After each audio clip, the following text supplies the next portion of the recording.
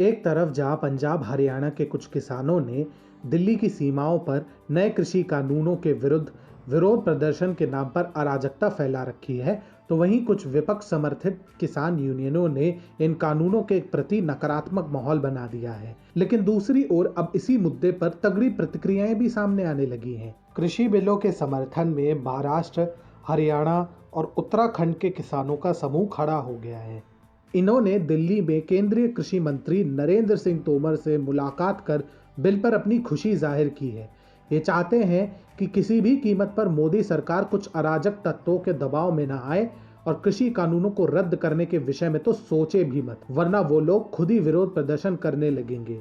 देश की संसद द्वारा पारित कृषि कानूनों के विरुद्ध पंजाब हरियाणा के किसानों में भ्रम की हवा चलने के बाद विपक्षी पार्टियों ने पूरे देश में दिल्ली की सीमाओं जैसे ही अराजकता फैलाने की ठान ली थी। लेकिन अब यह असंभव हो गया है, क्योंकि एक दूसरा धड़ा इन कानूनों के समर्थन में उतर आया है। हरियाणा के कई कृषि संगठनों के नेता और स्वतंत्र किसान कानूनों के समर्थन में केंद्रीय कृषि मंत्री नरेंद्र सिंह तोमर से मिल चुके हैं। यही नहीं, अब इस मुद्दे पर उत्तराखंड के किसान भी सामने आए हैं। उन्होंने साफ कहा है कि सरकार किसानों के हित के नए कानूनों के मुद्दे पर दबाव में न आए, उसे देश के अन्य किसानों का समर्थन प्राप्त है।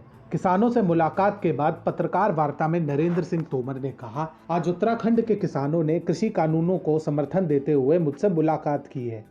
मैं उन किसानों को धन्यवाद देना चाहता हूं जिन्होंने कानून को समझा, अपने विचार व्यक्त किए और इसका समर्थन किया है। किसानों ने सरकार से किसी भी दबाव में न आने की अपील की। हरियाणा के किसानों ने तो ताल ठोकते हुए यहां तक कह दिया है कि सरकार आंदोलनकारी किसानों की मांग के अनुसार कानून में सुधार करना चाहे तो उसका स्वागत है, लेकिन अगर कानून निरस्त किए गए तो वे इसके खिलाफ आंदोलन करेंगे। यही नहीं, इस कानून के संसद में पारित होने के बाद काफी हो हल्ला हुआ था। उस दौरान महाराष्ट्र में भी इस कानून को लेकर एक तरफ जहां कुछ राजनीतिक बयानबाजी हो रही थी, तो महाराष्ट्र के किसानों ने यह साफ कर दिया था कि ये नए कृषि कानून किसानों के हित में है और अगर सरकार ने इन्हें किसी आंदोलन या प्रदर्शन के दबाव में रद्द किया तो फिर वे लोग आंदोलन पर उतर जाएंगे।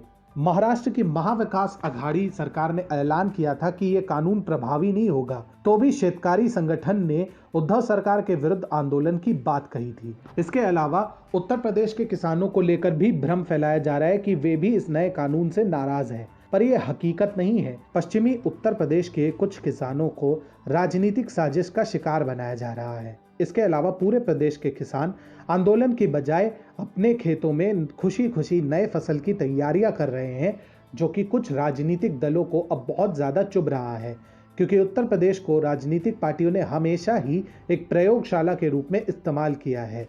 वाद विवाद का ये सारा प्रकरण साबित करता है कि कुछ राजनीतिक भ्रम का शिकार हुए किसानों के आंदोलन से इतर पूरे देश का किसान इस कानून के लागू होने का जश्न मना रहा है और सरकार को अराजक तत्वों के दबाव में आकर कानून को रद्द ना करने की चुनौती दे रहा है, क्योंकि ये कानून उनके खेतों से होते हुए उनके जीवन में खुशियां लाने वाला है।